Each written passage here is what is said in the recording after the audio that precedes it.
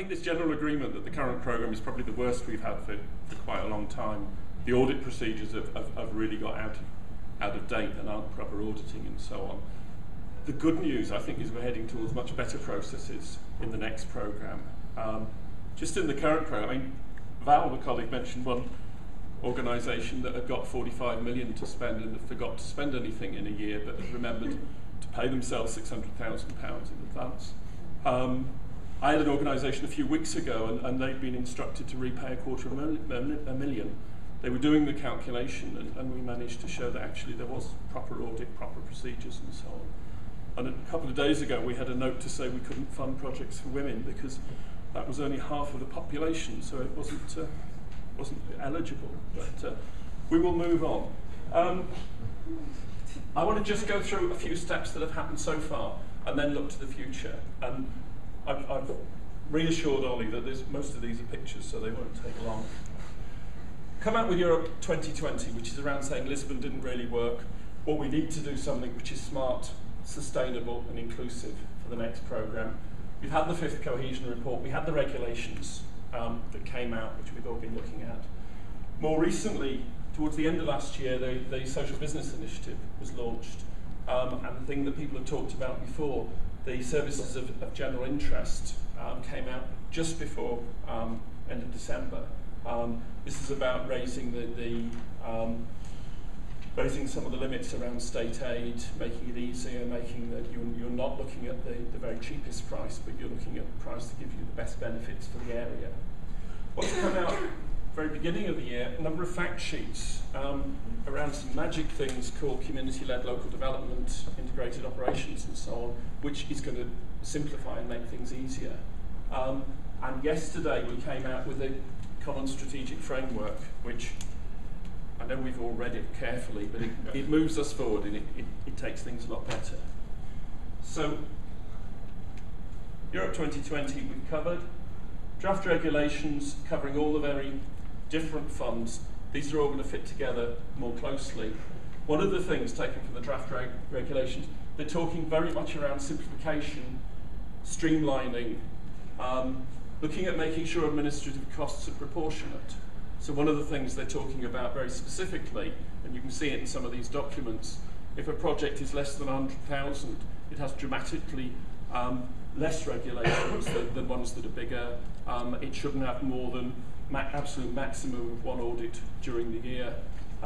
Whole set of things around, if it's a big project, then we look at it, we check it much more. If it's a smaller project, actually we can get things through much faster. They're also talking around moving to flat rates, lump sums, much simpler ways of doing things.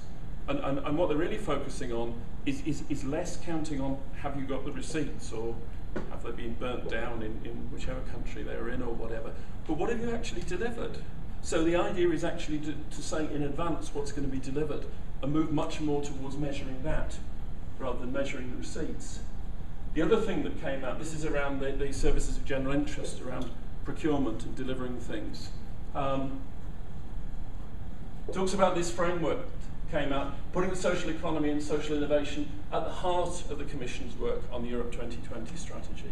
So they're very solidly saying if you want things to happen locally, if you want things to be delivered effectively, then you need to use, as well as SMEs, as well as the smaller firms, you very much need to use social enterprise, social economy.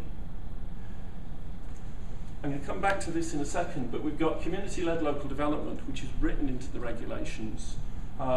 We've got integrated urban development. What we're moving towards for the next programme is moving away from the big top-down projects that certainly the UK has been trying to deliver, towards things that are very much more grassroots, very much more on the grounds, that involve organisations that understand what's going on locally and pulling them together so that they can deliver something that fits nationally. So this is, again, around the territorial side, looking around city regions, for example, about not just the smaller bit of the city, but the wider area around the city, saying that's where a lot of the people live, that's where extremes of poverty, as well as rich, are together. That's where we're going to find a lot of the solutions. So these have come out over the last few weeks. This document around simplification, That's the electronic version that came out a week or so ago. My colleague Paul has managed to persuade them. These are the very first copies that came off the press that they have delivered here straight away, so that we've got a copy. It doesn't look quite the same as that, but the picture's nicer, I think. So this has just come out. You really need to read this. What it's talking about is saying, we all know we've got to simplify. This is what Europe's going to do to simplify.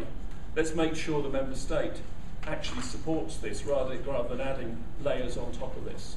From what Nick Hurd was saying this morning, I think he's very clearly saying that they support the Commission on that. So we're moving very much towards a much simpler process, a lot less, hopefully, auditing, a much simpler system. The danger is that that's where we're heading for, but as you move towards it, whole set of avoidance of risk, whole set of things is, oh well, we need to bring in a few other safeguards. So one of the things we need to be involved in now is working not just with the Commission and not just with the various officials in the UK, but actually looking at how we can deliver that on the ground, how we can come up with simple procedures that will work.